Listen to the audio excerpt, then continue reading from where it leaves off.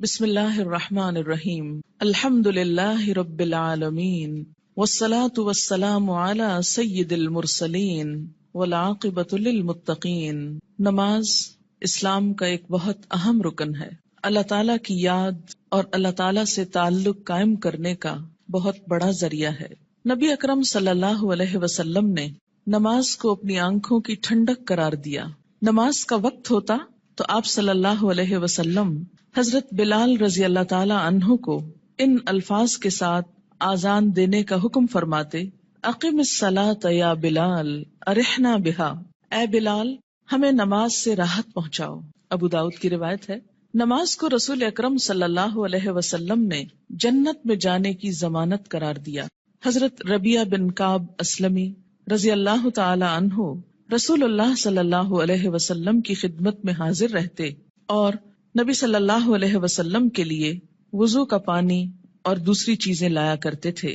ایک مرتبہ آپ نے خوش ہو کر فرمایا: ربیعہ مانگو، کیا مانگتے ہو؟ حضرت ربیعہ رضی اللہ تعالی عنہ نے عرض کیا: یا رسول اللہ صلی اللہ علیہ وسلم، جنت میں آپ کا ساتھ چاہتا ہوں۔ آپ نے فرمایا: تو پھر سجدوں کی کثرت سے میری مدد کرو۔ یہ صحیح مسلم کی روایت ہے۔ یعنی اگر تمہارے نامہ اعمال میں سجدے زیادہ ہوئے تو میرے لیے تمہاری سفارش کرنا آسان ہو جائے گا۔ اللہ تعالیٰ نے قرآن پاک میں کامیاب لوگوں کی نشانی یہ بتائی ہے کہ وہ نماز کی پابندی کرتے ہیں۔ سورۃ المؤمنون آیت 9۔ سورۃ نور میں فرمایا کہ انہیں تجارت اور خرید و فروخت اللہ کی یاد اور نماز قائم کرنے اور زکوٰۃ دینے سے غافل نہیں کرتی۔ اللہ تعالیٰ نے نماز کو اقامت دین کی تمام تر جد و جہد کا حاصل قرار دیا۔ ارشاد باری تعالیٰ ہے: اگر ہم انہیں زمین میں اقتدار بخشیں، یعنی مسلمان زمین میں عروج کو پہنچے، طاقتور ہوں، تو وہ نماز قائم کریں گے، یعنی لوگوں کو اللہ کے آگے جھکائیں گے، زکوٰۃ ادا کریں گے، نیکی کا حکم دیں گے اور برائی سے منع کریں گے۔ یہ ایک اسلامی حکومت کی بنیادی خصوصیات ہیں۔ تکلیف، دکھ اور رنج کے وقت مومن کا یہی سب سے بڑا سہارا ہے۔ ارشاد باری تعالیٰ ہے: اے لوگو جو ایمان لائے ہو، اللہ سے صبر اور نماز کے ساتھ مدد مانگو۔ حضرت ابراہیم علیہ السلام اللہ تعالیٰ کے حکم پر اپنے اہل و عیال کو بیت الحرام کے پاس بے آب و گیاہ جگہ پر لے آئے تو بارگاہ رب العزت میں یہ دعا کی کہ میرے رب مجھے اور میری اولاد کو نماز قائم کرنے والا بنا۔ حضرت اسماعیل علیہ السلام کے جن اوصاف کا ذکر قرآن پاک میں آتا ہے ان میں سے ایک یہ بھی ہے، وہ اپنے گھر والوں کو نماز اور زکوٰۃ کا حکم دیتے تھے۔ آپ صلی اللہ علیہ وسلم کو بھی اس بات کا حکم دیا گیا کہ آپ اپنے اہل و عیال کو نماز کا حکم دیں اور خود بھی اس کے پابند رہیں۔ قرآن کریم سے ہدایت حاصل کرنے والے خوش نصیب لوگوں کی اللہ تعالیٰ نے جو نشانیاں بتائی ہیں ان میں سے ایک نشانی یہ بھی ہے کہ وہ نماز قائم کرنے والے لوگ ہیں۔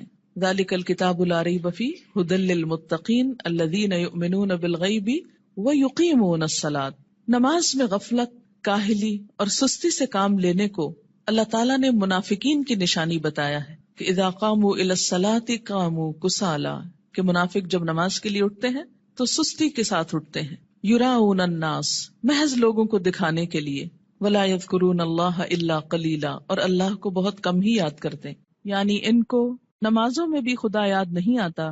سورۃ ماعون میں اللہ تعالیٰ نے ان نمازیوں کے لیے ہلاکت اور تباہی بتائی جو نماز کے معاملے میں غفلت اور بے پرواہی سے کام لیتے ہیں۔ فویل للمصلین الذین هم عن صلاتهم ساہون۔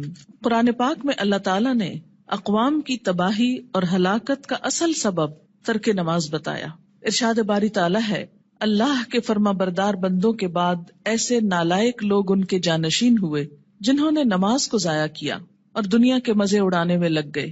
ایسے لوگ عنقریب گمراہی کے انجام سے دوچار ہوں گے، یعنی دنیا میں بھی اس کا نقصان اٹھائیں گے اور آخرت میں بھی خسارے میں مبتلا ہوں گے۔ قیامت کے روز جہنمیوں کا ایک گروہ جہنم میں جانے کا ایک سبب یہ بیان کرے گا کہ لم نک من المصلین، ہم نماز پڑھنے والوں میں سے نہ تھے۔ حالت امن ہو یا حالت خوف، گرمی ہو یا سردی، تندرستی ہو یا بیماری، حتیٰ کہ جہاد و قتال کے موقع پر عین میدان جنگ میں بھی یہ فرض ساقط نہیں ہوتا۔ رسول اکرم صلی اللہ علیہ وسلم 5 فرض نمازوں کے علاوہ نماز تہجد، نماز اشراق، نماز چاشت، تحیت الوضو، تحیت المسجد کا بھی اہتمام فرماتے تھے۔ اور پھر خاص خاص مواقع پر اپنے رب کے حضور توبہ استغفار کے لیے نماز ہی کو ذریعہ بناتے، یعنی صلاۃ توبہ. خسوف ہو یا کسوف یعنی سورج گرہن اور چاند گرہن تو مسجد تشریف لے جاتے، زلزلہ یا آندھی آتی تو مسجد تشریف لے جاتے، طوفان باد و باران ہوتا تو مسجد تشریف لے جاتے، فاقے کی نوبت آتی تو مسجد تشریف لے جاتے، کوئی پریشانی اور تکلیف ہوتی تو مسجد تشریف لے جاتے، سفر سے واپسی ہوتی تو پہلے مسجد تشریف لے جاتے پھر گھر پلٹتے، بارش نہ ہوتی تو بھی نماز ادا کرتے. گویا ہر غم، دکھ اور تکلیف کے موقع پر نماز. آج ہم میں سے بہت سے لوگ طرح طرح کے وظائف کرنے کے لیے گھنٹوں خود کو وقف کرتے ہیں، لیکن 2 رکعت نماز ان پر بہت بھاری ہوتی ہے. حیات طیبہ کے آخری دنوں میں بیماری کی حالت میں بھی نبی صلی اللہ علیہ وسلم کو جس چیز کی سب سے زیادہ فکر تھی وہ نماز تھی. وفات مبارک سے چند یوم قبل تیز بخار کی وجہ سے آپ پر غنودگی کی حالت طاری تھی. عشاء کے وقت آنکھ کھلی تو سب سے پہلے یہ سوال کیا، کیا لوگوں نے نماز پڑھ لی ہے؟ یعنی سب سے زیادہ جس بات کی فکر تھی وہ کیا؟ نماز. عرض کیا گیا نہیں، آپ ہی کا انتظار ہے. سرور عالم صلی اللہ علیہ وسلم نے پھر اٹھنا چاہا تو بے ہوش ہو گئے. جب آنکھ کھلی تو زبان مبارک سے پھر وہی الفاظ نکلے، کیا لوگوں نے نماز پڑھ لی ہے؟ عرض کیا گیا نہیں، آپ ہی کا انتظار ہے. تیسری مرتبہ اٹھنے کی کوشش میں پھر غشی طاری ہو گئی. افاقہ ہونے پر ارشاد فرمایا، ابو بکر نماز پڑھائیں. وفات مبارک سے چند لمحے پہلے آپ نے امت کو جو آخری وصیت فرمائی وہ یہ تھی، الصلاۃ الصلاۃ وما ملکت ایمانکم، یعنی مسلمانوں نماز نماز اور اپنے غلاموں کا ہمیشہ خیال رکھنا.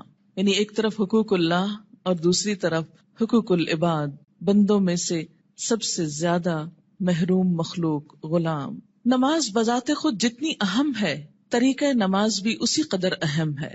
نماز کے بارے میں حکم صرف یہی نہیں کہ اسے ادا کرو، بلکہ حکم یہ بھی ہے کہ اس طرح ادا کرو جس طرح مجھے ادا کرتے دیکھتے رہے ہو. ایک حدیث مبارک میں کچھ یوں آتا ہے کہ قیامت کے روز حقوق اللہ میں سے سب سے پہلے نماز کا حساب لیا جائے گا. جس کی نماز درست طریقے سے پڑھی گئی ہوگی وہ کامیاب و کامران ہوگا، اور جس کی نماز بگاڑی گئی ہوگی وہ ناکام و نامراد ہوگا.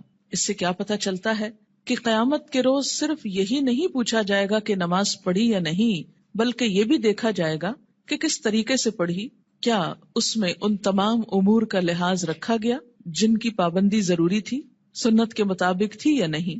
اس سے یہ اندازہ لگانا مشکل نہیں کہ ادائیگی نماز کے ساتھ ادائیگی نماز کا طریقہ بھی بہت ضروری ہے. جو مسائل آگے بیان کیے جائیں گے وہ کسی خاص فقہی مسلک کو سامنے رکھ کر نہیں، اور نہ ہی کسی مسلک کو صحیح یا غلط ثابت کرنے کے لیے یہ مجموعہ مرتب کیا گیا ہے، بلکہ پیش نظر صحابہ کرام کا وہ طریقہ ہے جس میں ایک صحابی حضرت حذیفہ رضی اللہ تعالی عنہ نے ایک آدمی کو نماز پڑھتے دیکھا جو رکوع اور سجود پورے نہیں کر رہا تھا.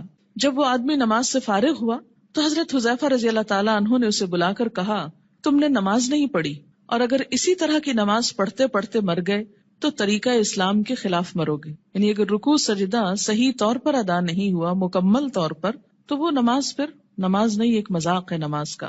ایک دوسرے صحابی حضرت عبداللہ بن عباس رضی اللہ تعالی عنہ نے ایک شخص کو نماز عید سے پہلے نفل پڑھتے دیکھا تو اسے منع کیا. وہ کہنے لگا، اللہ تعالیٰ مجھے نماز پڑھنے پر عذاب نہیں کرے گا. حضرت عبداللہ بن عباس نے فرمایا، اللہ تعالیٰ تجھے سنت رسول صلی اللہ علیہ وسلم کی مخالفت کرنے پر ضرور عذاب دے گا، کیونکہ آپ نے کبھی نماز عید سے پہلے عیدگاہ میں نفل نہیں پڑھے تھے.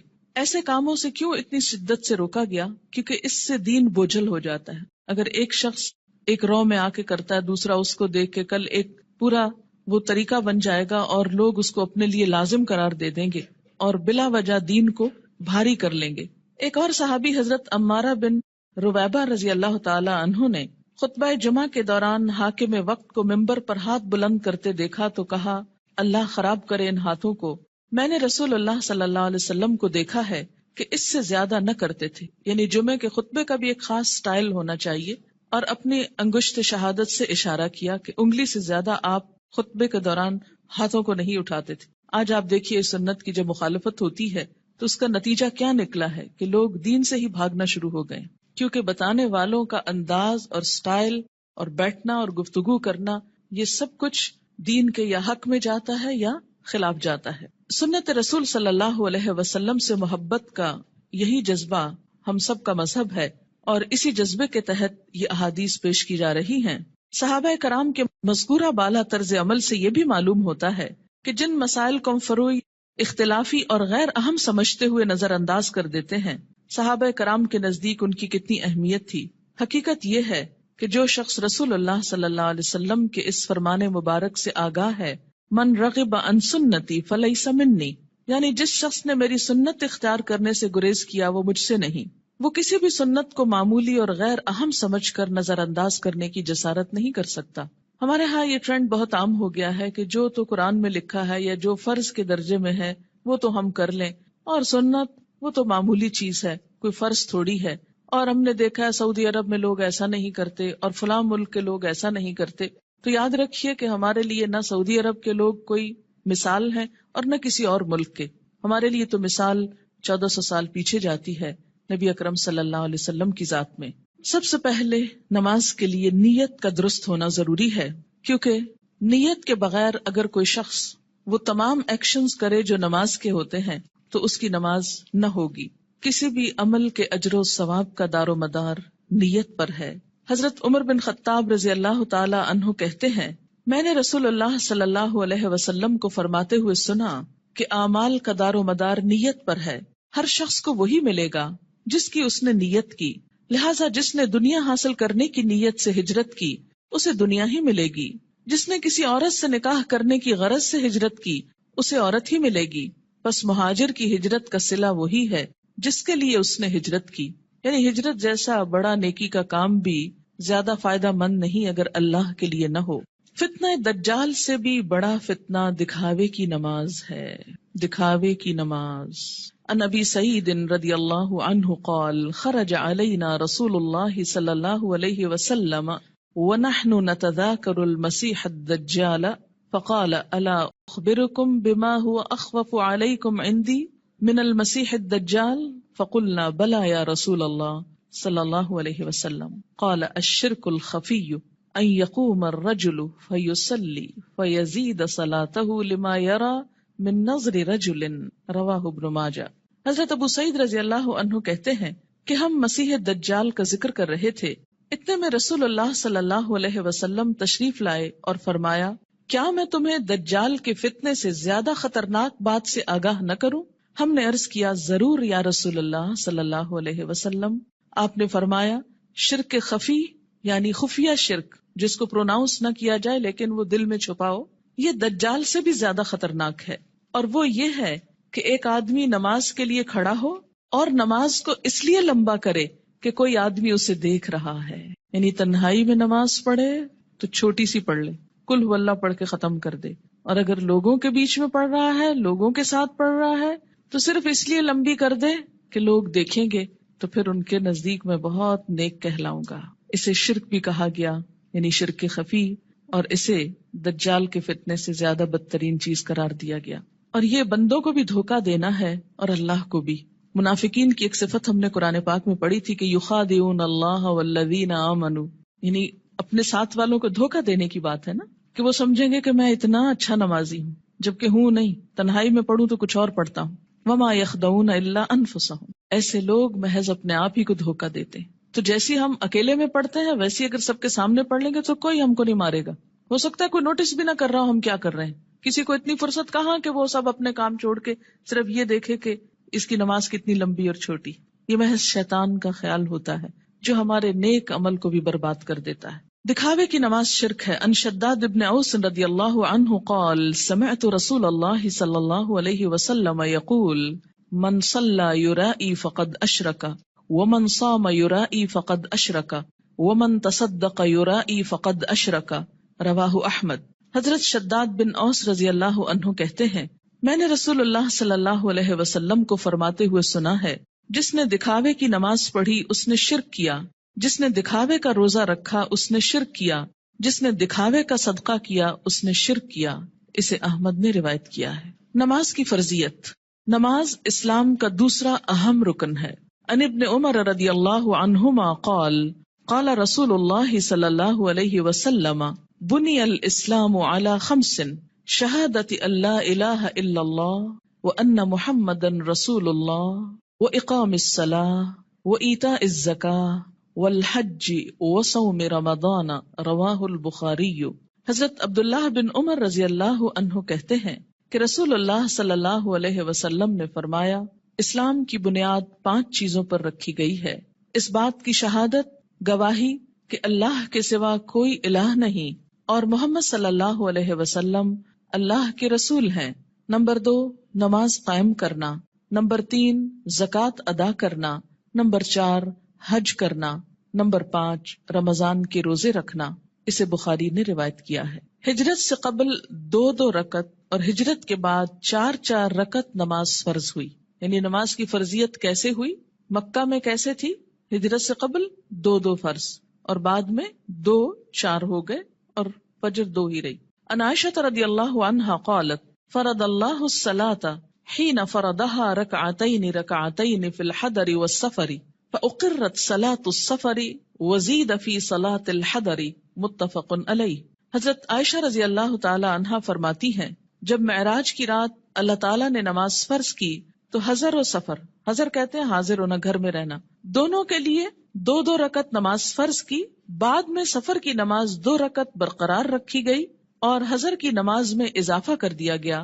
اسے بخاری اور مسلم نے روایت کیا ہے۔ نماز کی فضیلت، روزانہ باقاعدگی سے 5 نمازیں ادا کرنے سے تمام صغیرہ گناہ معاف ہو جاتے ہیں۔ عن ابی ہریرہ رضی اللہ عنہ قال قال رسول اللہ صلی اللہ علیہ وسلم ارأیتم لو ان نہرا بباب احدکم یغتسل فیہ کل یوم 5 ما تقول ذلك یبقی من درنہ قالوا لا یبقی من درنہ شیئا قال فذلك مثل الصلوات الخمس یمحو اللہ بها الخطایا متفق علیہ۔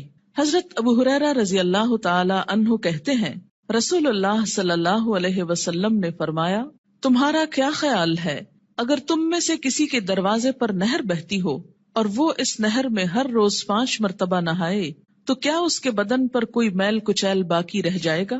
صحابہ کرام نے عرض کیا، نہیں، کسی قسم کا میل کچیل باقی نہیں رہے گا۔ آپ صلی اللہ علیہ وسلم نے فرمایا، یہی 5 نمازوں کی مثال ہے، اللہ تعالیٰ ان نمازوں کے ذریعے گناہ مٹا دیتا ہے۔ اسے بخاری اور مسلم نے روایت کیا ہے۔ یاد رکھیے کہ کچھ گناہ ایسے ہوتے ہیں کہ جن کو نیکیاں مٹاتی چلی جاتی ہیں۔ ان الحسنات یذہبن السیئات، اس میں کیا چیز آتی ہے؟ مثلاً آپ کے ہاتھوں کو ڈسٹ اور چھوٹی موٹی گندگی لگ جاتی ہے کام کرتے ہوئے، جب آپ پانی سے دھوتے ہیں تو وہ ڈسٹ خود بخود بہہ جاتی۔ کچھ چکنائی وغیرہ کے داغ ایسے ہوتے ہیں کہ جو صرف پانی سے نہیں دھلتے، اس کے لیے آپ کو صابن استعمال کرنا پڑتا ہے۔ کچھ داغ ایسے ہوتے ہیں پینٹ وغیرہ کے کہ جو صرف پانی اور صابن سے نہیں دھلتے، ان کے لیے آپ کو مخصوص قسم کا سولوشن استعمال کرنا ہوتا ہے جو ان دھبوں کو دور کر دے۔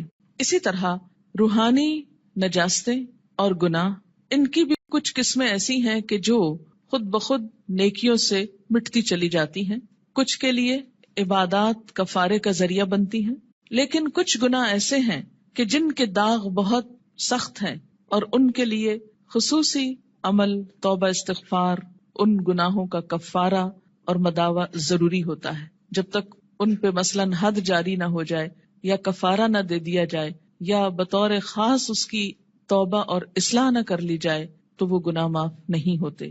تو اسی لیے اس حدیث کا یہ جو معنی کیا گیا ہے یمحو اللہ بها الخطایا، تو خطایا سے مراد کیا ہے؟ عام چھوٹے موٹے گناہ جو انسان ہونے کے ناطے بھول چوک کر اچانک انسان سے سرزد ہو جاتے ہیں۔ آپ منہ سے کچھ کہنے چلے تھے، کچھ اور کہہ بیٹھے، آپ کی نیت نہیں تھی، ارادہ نہیں تھا، اچانک ہی کچھ ہو گیا، پھر احساس ہوتا ہے، پھر آپ دوبارہ اس کی اصلاح کرتے ہیں، لیکن بسا اوقات وہ بھی بھول جاتے ہیں۔ تو ایسے میں کیا ہے کہ جو چیزیں انجانے میں نہ چاہتے ہوئے انسان سے ہو جائیں تو اللہ تعالیٰ انسان کے گناہوں کو مختلف عبادات کے ذریعے دھوتا رہتا ہے۔ نماز گناہوں کی آگ کو ٹھنڈا کرتی ہے۔ ان انس بن مالک رضی اللہ عنہ قال قال رسول اللہ صلی اللہ علیہ وسلم ان للہ ملکا ینادی عند کل صلاة یا بنی آدم قوموا الی نیرانکم التی اوقدتموها فاطفئوها رواہ الطبرانی فی الاوسط۔ حضرت انس بن مالک رضی اللہ تعالی عنہ کہتے ہیں، رسول اللہ صلی اللہ علیہ وسلم نے فرمایا، ہر نماز کے وقت اللہ تعالیٰ کا مقرر کردہ فرشتہ پکارتا ہے، لوگو اٹھو اس آگ کو بجھانے کے لیے جسے تم نے اپنے گناہوں سے جلایا ہے. یعنی انسان کے گناہ انسان کے لیے جہنم کی آگ تیار کرتے ہیں، لیکن جب انسان نماز پڑھتا ہے آگ بجھ جاتی. 5 نمازیں باقاعدگی سے ادا کرنے والا قیامت کے دن صدیقین اور شہداء کے ساتھ ہوگا.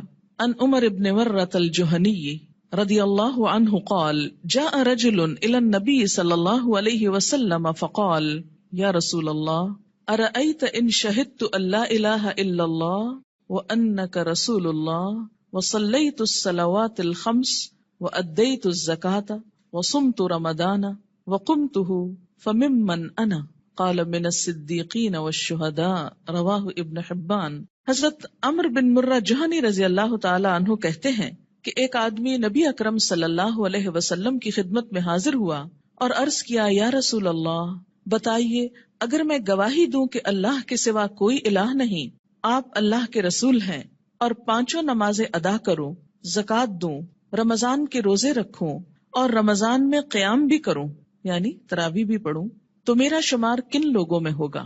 آپ صلی اللہ علیہ وسلم نے ارشاد فرمایا صدیقین اور شہداء میں. اسے ابن حبان نے روایت کیا ہے. یعنی فرائض کا پورا کرنے والا بلند درجے رکھتا ہے، الا یہ کہ وہ بندوں کے حقوق میں ایسی کمی کرے کہ جس سے اس کے فرائض کا اجر بھی ختم ہو جائے. رات کی تاریکی میں مسجد میں آنے والے نمازیوں کے لیے قیامت کے دن مکمل نور کی خوشخبری ہے.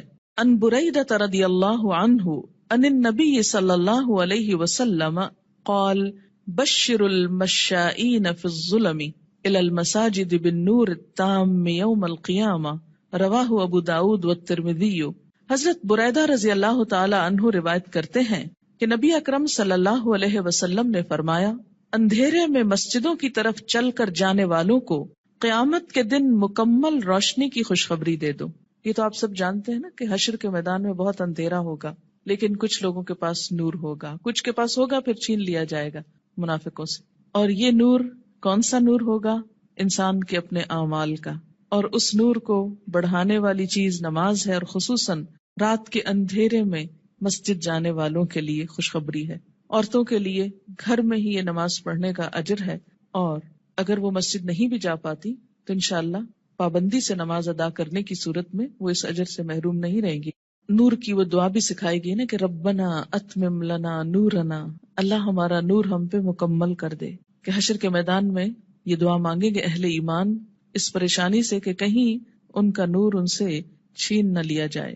مسجد میں آنے والے نمازی اللہ کے ملاقاتی ہیں جن کی اللہ تعالیٰ عزت فرماتا ہے. وَأَن سلمان رضی اللہ عنہ ان النبی صلی اللہ علیہ وسلم قال من تودأ فی بیتہ فاحسن الوضوء ثم اتى المسجد فهو زائر الله وحق على المزور ان يكرم الزائر رواہ الطبرانی. حضرت سلمان رضی اللہ تعالی عنہ سے روایت ہے کہ نبی اکرم صلی اللہ علیہ وسلم نے فرمایا جس نے اپنے گھر میں اچھی طرح وضو کیا اور پھر مسجد میں آیا وہ اللہ کا ملاقاتی ہے، اور میزبان کے لیے ضروری ہے کہ وہ اپنے ملاقاتی کی عزت کرے.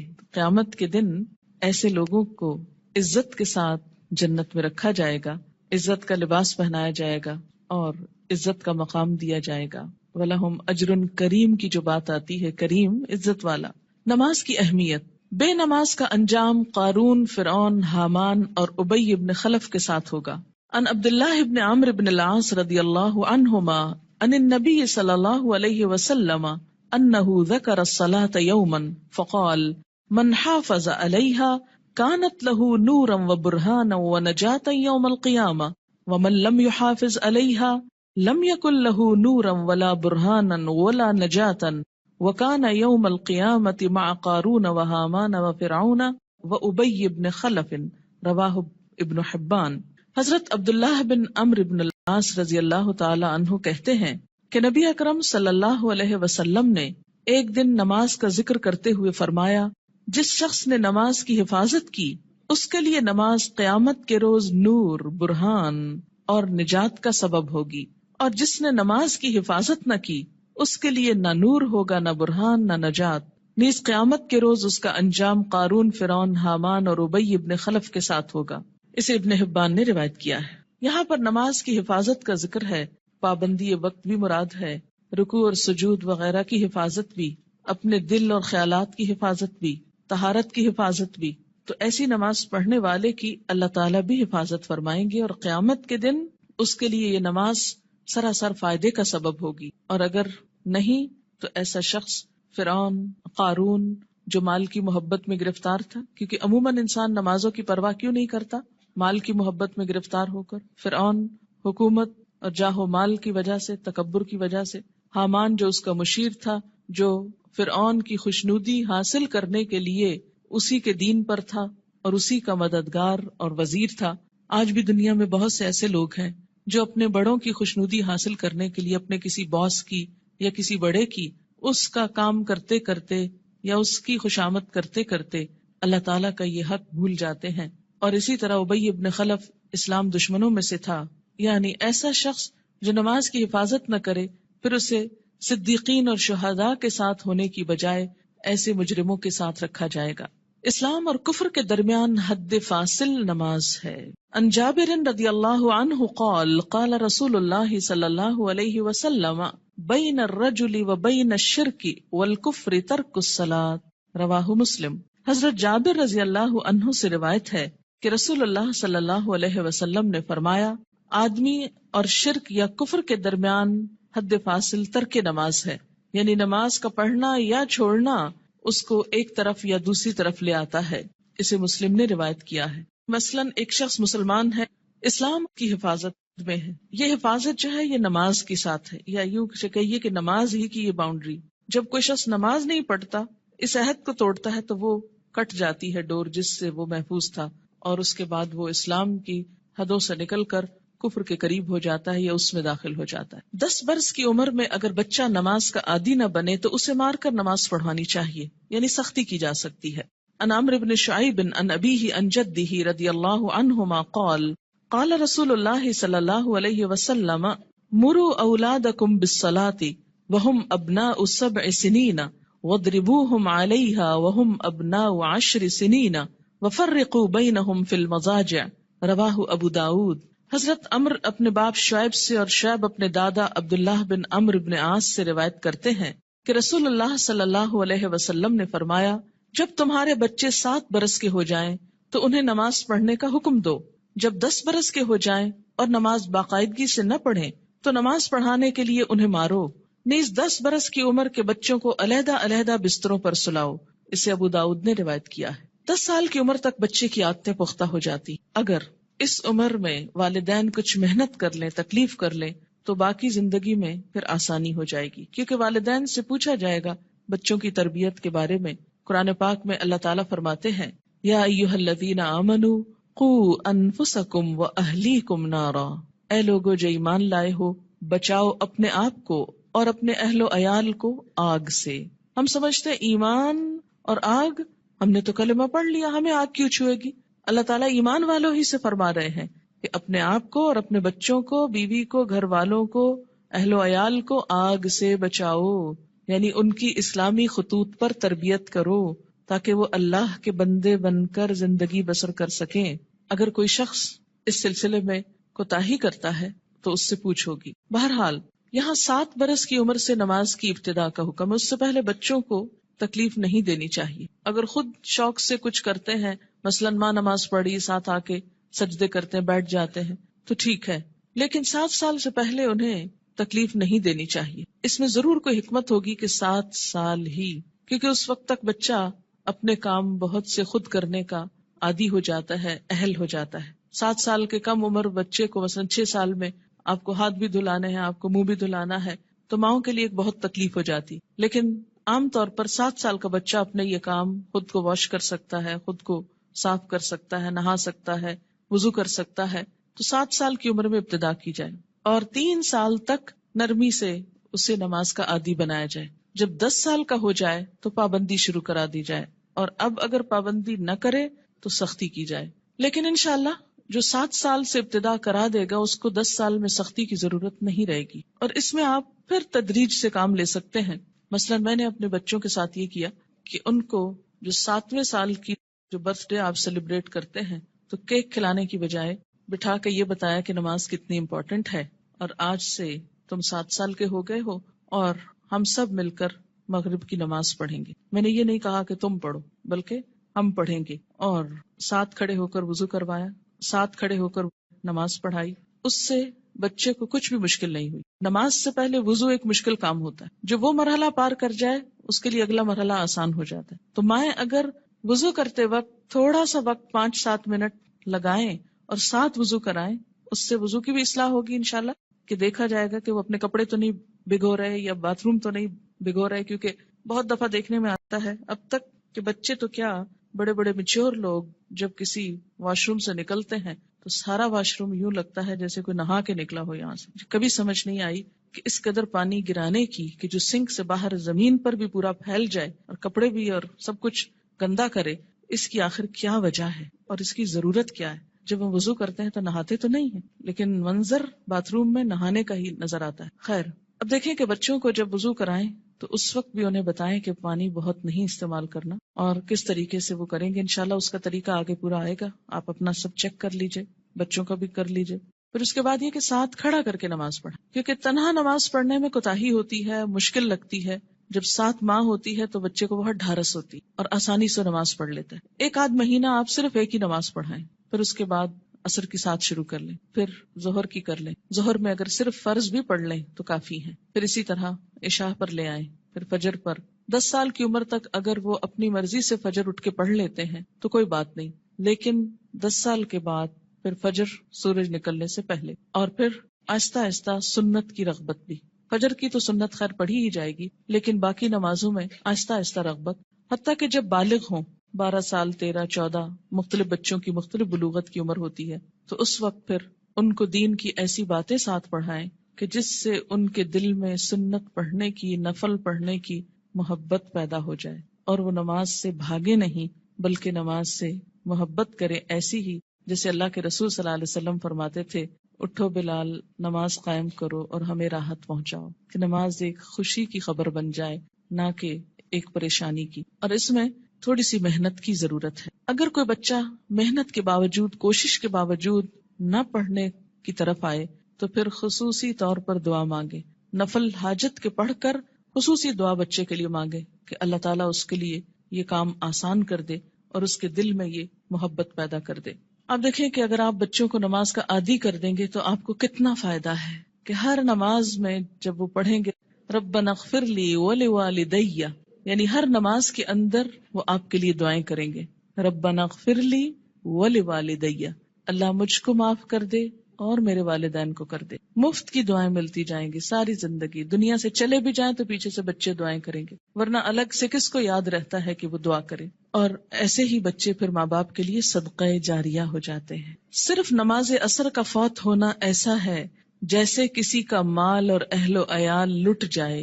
عن ابن عمر رضی اللہ عنہما قال قال رسول اللہ صلی اللہ علیہ وسلم الذي تفوته صلاة العصر فكأنما وتر أهله وماله متفق علیہ.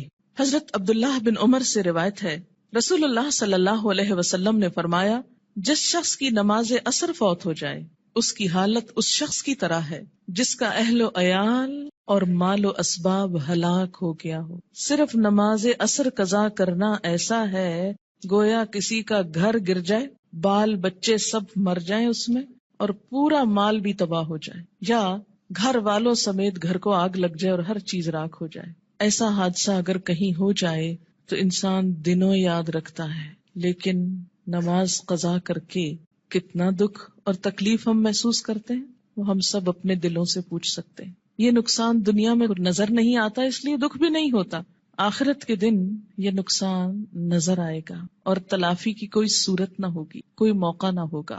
اچھا، یہ جو حدیث ہے یہ بخاری اور مسلم نے روایت کی ہے، یعنی متفق علیہ حدیث ہے، یعنی کوئی ایسی کھیل مذاق کی بات نہیں ہے کہ ایسی ڈرا رہے. نماز سے غفلت کی سزا. حضرت سمرہ بن جندب رضی اللہ تعالی عنہ روایت کرتے ہیں کہ آن حضور صلی اللہ علیہ وسلم اپنے اصحاب سے پوچھا کرتے، کیا تم میں سے کسی نے کوئی خواب دیکھا ہے؟ سمرہ کہتے ہیں پھر اللہ تعالیٰ جس کے لیے چاہتا وہ اپنا خواب بیان کرتا، یعنی اللہ کے اذن سے لوگ اپنا خواب بیان کرتے. ایک دن صبح کے وقت ایسا ہوا، آن حضرت صلی اللہ علیہ وسلم نے فرمایا، گزشتہ رات کو میرے پاس 2 فرشتے آئے، جبرائیل اور میکائیل علیہ السلام. دونوں نے مجھ کو اٹھایا اور کہنے لگے چلو. میں ان کے ساتھ چلا. ایک آدمی کے پاس پہنچے جو کروٹ پر لیٹا ہے، یعنی پہلو پہ لیٹا ہوا ہے، اور دوسرا شخص جو ایک فرشتہ ہے پتھر لیے ہوئے اس کے سر پہ کھڑا ہے. وہ کیا کرتا ہے؟ جھک کر پتھر سے اس کا سر کچل ڈالتا ہے. یعنی کھڑا آدمی جھک کر پتھر سے سر کچلتا ہے اور پتھر ڈھلک کر ادھر آ جاتا ہے. یعنی جب وہ پھینکتا ہے سر کچل کر پتھر دوسری طرف چلا جاتا ہے. وہ شخص پتھر کو سنبھالنے کے لیے جاتا ہے، دوسری طرف جا کے پتھر اٹھاتا ہے، اور جب پتھر لے کر آتا ہے تو اس لیٹے ہوئے شخص کا سر جڑ کر جیسے پہلے تھا ویسے ہی ہو چکا ہوتا ہے. پھر وہ پتھر مار کر اس کا سر کچلتا ہے. ایسا ہی پھر برابر ہوتا رہتا ہے کہ مارا جاتا ہے، سر کچلا جاتا ہے، جب تک پتھر کو دوبارہ اٹھایا جاتا ہے سر پھر درست ہو جاتا ہے، پھر مارا جاتا ہے. یہ بار بار سر کا درست ہونا اور بار بار مارا جانا یہ دراصل عذاب کی شدت کی طرف اشارہ ہے. میں نے کہا، کس نے؟ نبی صلی اللہ علیہ وسلم نے ان فرشتوں سے پوچھا، سبحان اللہ، یہ دونوں کون ہیں؟ انہوں نے کہا چلو، یعنی ابھی نہیں پوچھو. ہم پھر چل پڑے اور ایک شخص پر پہنچے جو سیدھا لیٹا ہوا ہے، چت لیٹا ہوا ہے، اور اس کے پاس ایک اور شخص لوہے کی سنی لیے ہوئے کھڑا ہے، یعنی لوہے کا ایک ہیمر سا. وہ کیا کرتا ہے؟ اس کے منہ کے ایک طرف جا کر اس کا گلپھڑا گدی تک پھاڑ ڈالتا ہے، یعنی منہ کے اندر سے، اور نتنے اور آنکھ کو بھی اسی طرح گدی تک چیر دیتا ہے، نتنے کو بھی، آنکھ کو بھی، منہ کو بھی. پھر منہ کی دوسری طرف جا کر بھی ایسا ہی کرتا ہے، اور جب ایک طرف کا چیرتا ہے تو دوسری طرف جا کر بھی ایسا ہی کرتا ہے، اور جب ایک طرف چیر چکا ہوتا ہے تو دوسری طرف بالکل درست ہو چکی، نہیں پہلے ایک طرف پھر دوسری طرف، اتنے میں پہلا درست ہو چکا ہوتا ہے، اور پھر وہ اسی طرح اس کو چیرتا ہے، پھر وہ درست ہو جاتا ہے. ایسا ہی برابر ہو رہا ہے. میں نے اپنے ساتھ والے فرشتوں سے پوچھا، سبحان اللہ، یہ دونوں کون ہیں؟ انہوں نے کہا چلو چلو، یعنی ابھی آگے چلتے ہیں، ابھی نہ پوچھو. خیر، پھر ہم تینوں چلے. ایک گڑھے پر پہنچے جو تندور کی طرح تھا. سمرہ بن جندب رضی اللہ تعالی عنہ کہتے ہیں، میں سمجھتا ہوں کہ حضور صلی اللہ علیہ وسلم نے یہ بھی فرمایا، اس تندور میں غل اور شور ہو رہا تھا.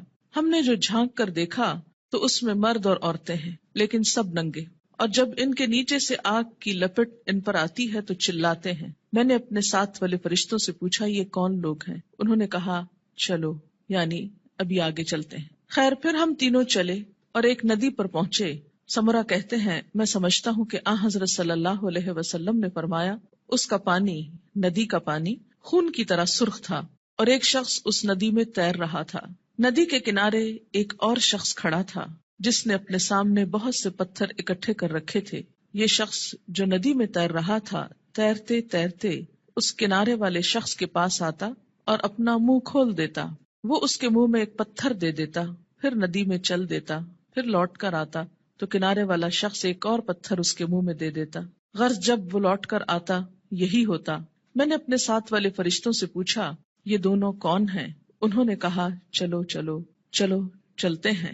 خیر، پھر ہم تینوں چلتے چلتے ایک نہایت بدصورت بد شکل مرد کے پاس پہنچے، بہت ہی بدصورت جو تم نے کبھی بھی دیکھا ہو. وہ کیا کر رہا تھا؟ آگ سلگا رہا تھا اور اس کے گرد دوڑ رہا تھا. میں نے اپنے ساتھ والے فرشتوں سے پوچھا، یہ کون ہے؟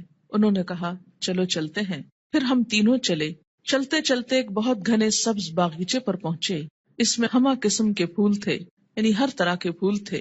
اس کے بیچوں بیچ ایک لمبے قد کا آدمی تھا، اتنا لمبا کہ مجھ کو اس کا سر دیکھنا مشکل ہو گیا، اور اس کے گرد بہت سے لڑکے جمع ہیں. اتنے لڑکے میں نے کبھی نہیں دیکھے. میں نے اپنے ساتھ والے فرشتوں سے پوچھا، یہ لمبا شخص کون ہے اور یہ لڑکے کون ہیں؟ انہوں نے کہا چلو چلتے ہیں، ابھی نہ پوچھو. خیر، پھر ہم تینوں چلے اور ایک بڑے باغ پر پہنچے. ایسا بڑا باغ اور عمدہ باغ میں نے کبھی نہیں دیکھا. میرے ساتھ والے فرشتوں نے مجھ سے کہا، اس باغ میں ایک درخت تھا، اس پر چڑھ جا. ہم تینوں اس پہ چڑھ گئے اور جاتے جاتے ایک شہر پر پہنچے جو سونے چاندی کی اینٹوں سے بنایا گیا تھا. ہم نے اس شہر کے دروازے پر آ کر دروازے کو کھلوایا. دروازہ کھولا گیا، ہم اس کے اندر گئے. وہاں ہم کو ایسے آدمی ملے کہ ان کا آدھا دھڑ تو نہایت خوبصورت، بہت ہی خوبصورت جو کبھی تم نے دیکھا ہو، اور آدھا بدصورت. میرے ساتھ والے فرشتوں نے ان سے کہا، جاؤ اس ندی میں گر پڑو، غوطہ لگاؤ. وہاں ایک اور ندی دکھائی دی جو چوڑائی میں بہ رہی تھی. اس کا پانی دودھ کی طرح سفید تھا، غرض یہ آدمی اس ندی میں کود پڑے، پھر جو لوٹ کر ہمارے پاس آئے تو ان کی بدصورتی جاتی رہی، ان کا پورا جسم خوبصورت ہو گیا۔ اب میرے ساتھ والے فرشتے کہنے لگے یہ شہر جنت العدن ہے، قرآن پاک میں آتا ہے نا جنات و عدن، ہمیشہ رہنے والا باغ، ایور گرین، اور یہی تمہارا مقام ہے۔ میری آنکھ جو اوپر اٹھی تو کیا دیکھتا ہوں، ایک محل ہے سفید ابر کی طرح، یعنی بادل کی طرح۔ ان فرشتوں نے کہا یہ تمہارا گھر ہے۔ میں نے کہا اللہ تم کو برکت دے، مجھ کو چھوڑو میں اپنے گھر میں جاؤں۔ انہوں نے کہا نہیں، ابھی تم اس گھر میں نہیں جا سکتے، لیکن بعد میں تم اس میں داخل ہوگے۔ میں نے کہا اچھا خیر، اس رات کو میں نے جو عجیب عجیب باتیں دیکھی تو ان کی حقیقت بیان کرو۔ انہوں نے کہا ہاں، اب ہم تم سے ان کی حقیقت بیان کرتے ہیں۔ پہلا شخص جو تم نے دیکھا جس کا سر پتھر سے کچلا جا رہا تھا، یہ وہ شخص ہے جس نے قرآن سیکھ کر اس کو چھوڑ دیا تھا۔ فرض نماز کا وقت قضا ہو جاتا اور وہ سویا رہتا، یعنی ایک ہی شخص کے دو عیب تھے۔ نمبر ایک، قرآن سیکھ کر اس کو چھوڑ دیا، یعنی پھر ویسا ہی ہو گیا جیسے اس نے کبھی اس کو پڑھا ہی نہ تھا۔ اور دوسرا قصور، فرض نماز کا وقت قضا ہو جاتا اور وہ سویا رہتا، جیسے فجر کے وقت نہ اٹھنا خاص طور پر۔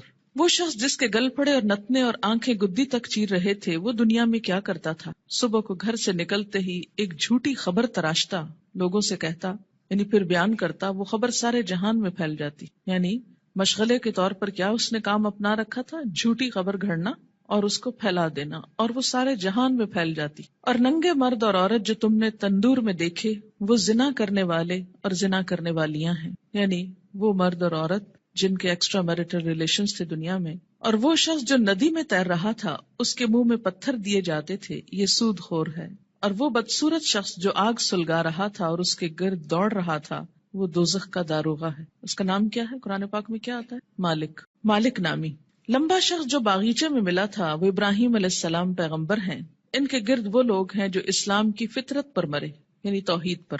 سمرہ کہتے ہیں بعض مسلمانوں نے آپ صلی اللہ علیہ وسلم سے عرض کیا، یا رسول اللہ صلی اللہ علیہ وسلم، اور مشرکوں کے بچے جو نابالغ مرتے ہیں وہ بھی ان میں داخل ہیں؟ آپ نے فرمایا ہاں، مشرکوں کے بچے بھی، کیونکہ ہر بچہ فطرت پر پیدا ہوتا ہے نا، جب تک اس کا شعور اپنا نہیں جاگ جاتا۔ اب رہے وہ لوگ جن کا آدھا دھڑ خوبصورت تھا، آدھا دھڑ بدصورت، یہ وہ لوگ تھے جنہوں نے دنیا میں اچھے اور برے سب طرح کے کام کیے، یعنی کچھ کام ان کے اچھے تھے اور کچھ کام ان کے برے تھے، آدھے خوبصورت آدھے بدصورت۔ جب اس طرح ان کی پہچان ہو جائے گی تو پھر ایک وقت آئے گا کہ ان کو نہلا کر درست کر دیا جائے گا، کیونکہ جنت میں رہنے والا کوئی شخص پھر ہمیشہ کے لیے بدصورت نہیں ہوگا۔ اب دیکھیں کہ دنیا میں اگر کسی کا ناک اس کی پسند کا نہ ہو، یا چہرے پہ داغ ہو، یا کچھ بھی ہو، یا اگر پاؤں خوبصورت نہ ہو، تو کس قدر شرمندگی محسوس کرتا رہتا ہے، احساس کمتری میں مبتلا ہو جاتا ہے۔ جنت میں اگر کچھ عرصہ بھی ایسا لوگوں کے بیچ میں رہنا پڑے کہ آدھا دھڑ خوبصورت ہو اور آدھا بدصورت ہو، تو کس قدر شرمندگی کی بات ہے۔ اس لیے انسان کے جتنے بھی اعمال ایسے ہوں جو بدصورت کرنے والے ہوں، اس کو ان کو چھوڑ کر خوبصورت کی طرف پلٹنے کی ضرورت ہے۔ بخاری کی یہ روایت ہے، طویل روایت، جس کا ایک حصہ فرض نماز کے بارے میں ہے۔ یاد رکھیے، انبیاء علیہم السلام کی خواب وحی کا ایک ذریعہ ہوتا ہے، اور یہ خواب آپ صحابہ کے بیچ میں بیان کر رہے ہیں اور سکھانے کا ایک طریقہ ہے۔ انبیاء علیہم السلام کو وحی بسا اوقات خواب میں بھی آتی۔ حضرت عائشہ رضی اللہ تعالی عنہا کا بیان ہے کہ نبی صلی اللہ علیہ وسلم پر وحی آنے کی ابتدا ہی سچے خوابوں سے ہوئی تھی۔ انبیاء علیہم السلام کے خواب بھی سچے ہوتے ہیں، اور خواب میں بھی جو سین ان کو دکھائے جاتے ہیں، جو باتیں ان کو دکھائی جاتی ہیں، وہ بالکل سچ ہوتی ہیں، حقیقت۔ تو یہاں پر آپ صلی اللہ علیہ وسلم کو بذریعہ خواب دکھایا گیا کہ ایک شخص ہے جس کا سر پتھر سے کچلا جا رہا ہے اور پھر ٹھیک ہو جاتا ہے۔ اور پھر اب آپ دیکھیے کہ جو شخص قرآن یاد کر کے بھلا دیتا ہے، ایک تو حافظ کا انجام بتایا گیا۔ میں آپ لوگوں کو یہ نصیحت کروں گی کہ جب تک بچوں کا اپنا رجحان نہ ہو، اپنا شوق نہ ہو، خدا کے لیے ان کو حفظ نہ کرائیں۔ کیوں؟ اس لیے کہ وہ ماں باپ کے کہنے میں آ کے کر تو لیتے ہیں، لیکن بعد میں اس کی حفاظت نہیں کرتے۔ ماں باپ کیوں اتنا اصرار کرتے ہیں ان کو حفظ کرانے پر؟ ریسنٹلی مجھے کسی نے بتایا کہ وہ خود نماز نہیں پڑھتے لیکن بچوں کو حفظ کرانے کا بہت شوق رکھتے ہیں۔ میں نے کہا ایسی بھی کیا بات ہوئی؟ اس لیے کہ وہ یہ چاہتے ہیں کہ بچے ان کو بخشوا سکیں، بچے حافظ بن جائیں اور ماں باپ کی بخشش کرا سکیں۔ تو جہاں اپنی بخشش کے لیے خود تو نماز پڑھی نہ جائے لیکن بچوں کو حافظ بنا دیا جائے، تو وہ بچے بھی کتنا یاد رکھیں گے، اور باپ کو سوتے دیکھیں ساری زندگی تو وہ کتنی نماز پڑھیں گے اور کتنا قرآن پڑھیں گے تو اللہ ہی جانتا ہے۔ اللہ تعالیٰ یخرج الحی من المیت و یخرج المیت من الحی، زندہ سے مردہ اور مردہ سے زندہ کو نکالتا ہے، بے عمل سے باعمل بچے کو پیدا کر سکتا ہے، یہ اس کی شان ہے. لیکن ہم اپنی کوششوں کو بھی دیکھیں کہ ہم کیا کر رہے ہیں. اور اس میں فرض نماز پڑھے بغیر سو جانا میں فجر کی نماز بھی ہو سکتی ہے اور عشاء بھی ہو سکتی ہے، یا پھر ظہر پڑھے بغیر سو جانا، یا پھر عصر کے لیے اٹھنا ہی نہیں، سوئے چلے جانا. نماز فجر اور عشاء کے لیے مسجد میں نہ آنا نفاق کی علامت ہے. باجماعت نماز نہ پڑھنے والے لوگوں کے گھروں کو رسول اکرم صلی اللہ علیہ وسلم نے جلانے کا ارادہ فرمایا. عن ابی ہریرہ رضی اللہ عنہ قال قال رسول اللہ صلی اللہ علیہ وسلم لیس صلاة اسقل علی المنافقین من الفجر والعشاء ولو يعلمون ما فيهما لآتوهما ولو حبوا لقد هممت ان آمر المؤذن فيقيم ثم آمر رجلا يؤم الناس ثم آخذ شعلا من نار فأحرق على من لا يخرج إلى الصلاة بعد. متفق علیہ. حضرت ابو ہریرہ رضی اللہ تعالی عنہ کہتے ہیں کہ رسول اللہ صلی اللہ علیہ وسلم نے فرمایا، منافقوں پر فجر اور عشاء کی نماز سے زیادہ بھاری کوئی نماز نہیں ہے. اگر انہیں پتا چل جائے کہ دونوں نمازوں کا ثواب کتنا زیادہ ہے تو ان دونوں نمازوں میں ضرور آتے، خواہ گھٹنوں کے بل ہی آنا پڑتا. چل نہ سکتے تو رینگ کر آتے، جیسے بچے رینگتے ہیں، کرال کرتے ہیں، کرال کرتے ہوئے آتے. میں نے ارادہ کیا کہ مؤذن کو حکم دوں وہ اقامت کہے، پھر ایک آدمی کو حکم دوں کہ وہ لوگوں کی امامت کرائے، اور خود آگ کا ایک شعلہ لے کر ان لوگوں کے گھروں کو جلا دوں جو اس اذان اور اقامت کے بعد نماز کے لیے نہیں نکلتے. اسے بخاری اور مسلم نے روایت کیا ہے. خلاف سنت ادا کی گئی نماز قیامت کے روز ناکامی اور نامرادی کا باعث ہوگی. قیامت کے روز حقوق اللہ میں سب سے پہلے نماز کا حساب ہوگا. عن ابی ہریرہ رضی اللہ عنہ قال قال رسول اللہ صلی اللہ علیہ وسلم ان اول ما يحاسب به العبد يوم القيامة من عمله صلاته فإن صلحت فقد أفلح وأنجح وإن فسدت فقد خاب وخسر فإن انتقص من فريضته شيء قال الرب تبارك وتعالى انظروا هل لعبدي من تطوع فيكمل بها من انتقص من الفريضة ثم يكون سائر عمله على ذلك رواه الترمذي. حضرت ابو ہریرہ رضی اللہ تعالی عنہ کہتے ہیں رسول اللہ صلی اللہ علیہ وسلم نے ارشاد فرمایا، قیامت کے روز بندے سے سب سے پہلے جس چیز کا حساب لیا جائے گا وہ اس کی نماز ہے. اگر نماز درست ہوئی تو بندہ کامیاب و کامران ہوگا. درست ہوئی یعنی صحیح طریقے پر ہوئی، مراد سنت کے مطابق. اور اگر نماز خراب ہوئی تو ناکام و نامراد ہوگا. خراب نماز سے مراد کیا؟ پڑھی تو لیکن اس کے جو آداب تھے ان کا لحاظ نہیں رکھا. اس میں طہارت، قبلے کا رخ ہونا، لباس کا درست ہونا، یہ ساری چیزیں آ جاتی. اگر بندے کے فرائض میں کچھ کوتاہی ہو گئی تو اللہ تعالیٰ فرمائیں گے میرے بندے کے نامہ اعمال میں دیکھو کوئی نفل عبادت ہے. یعنی اگر فرض نماز کم ہو گئی تو کہاں سے پوری کی جائے گی؟ نفل سے. اگر فرض زکوٰۃ میں کوئی کمی ہو گئی تو نفل صدقات سے. اسی طرح باقی عبادات میں بھی. پھر اس کے تمام اعمال کا حساب اسی طرح ہوگا. پہلے فرائض کو دیکھا جائے گا، اگر کوئی کمی ہو تو نوافل سے پوری کر دی جائے گی. لیکن اگر پڑھے ہی صرف فرض ہوں اور وہ بھی صحیح طریقے پر نہ ہو، اور نوافل کی طرف تو ہماری عام طور پر توجہ ہی کم ہوتی ہے. ہم میں سے کتنے نفل روزے رکھتے ہیں، کتنے نفلی صدقہ کرتے ہیں، کتنے نفل نماز پڑھتے ہیں، کتنے نفلی حج کرتے ہیں. نفل تو ایکسٹرا کے معنوں میں ہے، لیکن چلے اگر کم بھی ہے کچھ تو اس کو صحیح طریقے پر تو ادا کیا جائے تاکہ وہ قیامت کے دن نجات کا سبب بنے. وآخر دعوانا ان الحمد للہ رب العالمین.